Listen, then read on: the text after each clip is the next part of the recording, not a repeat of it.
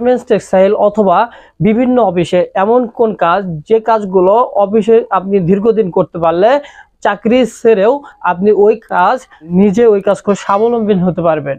ওই কাজটা কি আজকের ভিডিওতে আলোচনা করব।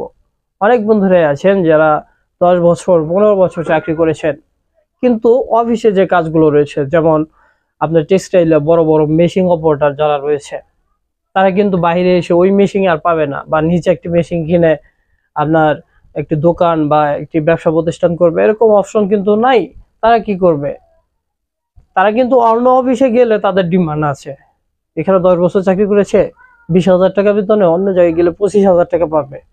এতটুকু তারা কিন্তু ফ্যাসিলিটি অবশ্যই পাবে। ইভেন যারা কাজ শিখেছে তারা মানে সম্মানিত হবে, এটাই স্বাভাবিক। বন্ধুরা, আপনারা যদি কম্পিউটার অপারেটর হিসাবে যে কোনো অফিসে হোক, গার্মেন্টস অথবা টেক্সটাইল অথবা অন্য আদার্স কোনো অফিস, আপনি যদি কম্পিউটার অপারেটর পদে চাকরি করেন, তাহলে কিন্তু পরবর্তীতে একটি একটি ব্যবসা করতে পারবেন, একটি দোকান দিয়ে খুব স্বাবলম্বীভাবে চলতে পারবেন। আপনি মনে করেন কম্পিউটার অপারেটর হিসেবে 10 বছর চাকরি করেছেন, আপনার কিন্তু কম্পিউটারের কাজের প্রতি অনেক অভিজ্ঞতা অর্জিত হবে, আপনি অনেক কাজ প্র্যাকটিক্যালি শিখতে পারবেন। তখন কিন্তু আপনি একটি দোকান অনায়াসে করতে পারবেন।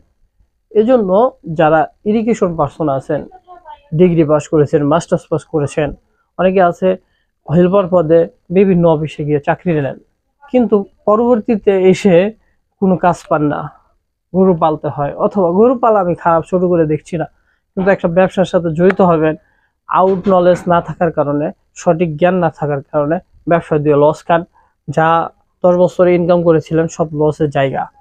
তো তাদের উদ্দেশ্যে আমি বলবো, যারা এখনো চাকরি নেননি, নতুন আছেন, তারা কি করবেন, কম্পিউটার ট্রেনিং সেন্টারে গিয়ে মাইক্রোসফট অফিসের উপর একটি কোর্স করবেন। তারপর আপনারা কি করবেন, কম্পিউটার পদে অর্থাৎ কম্পিউটার অপারেটর পদে যে কোনো কর্পোরেট অফিসে জব নেবেন। নিলে কি হবে, আপনি পরবর্তীতে যখন 5 থেকে 10 বছর চাকরি করবেন, পরে কিন্তু আপনার চাকরি নামক দাসত্ব থেকে মুক্তি হয়ে আপনি কিন্তু একটি ব্যবসা প্রতিষ্ঠান করতে পারবেন। তো বন্ধুরা, এই ছিল বিষয়বস্তু। বন্ধুরা, আজকের আলোচনার বিষয় এটাই ছিল। আজকের আলোচনার বিষয় আশা করি বুঝতে পেরেছেন। আবারও কথা হবে পরবর্তী ভিডিওতে। সবাই ভালো থাকবেন, সুস্থ থাকবেন। এ বলে এই ভিডিও থেকে বিদায় নিচ্ছি। আসসালামু আলাইকুম ওয়া রাহমাতুল্লাহ।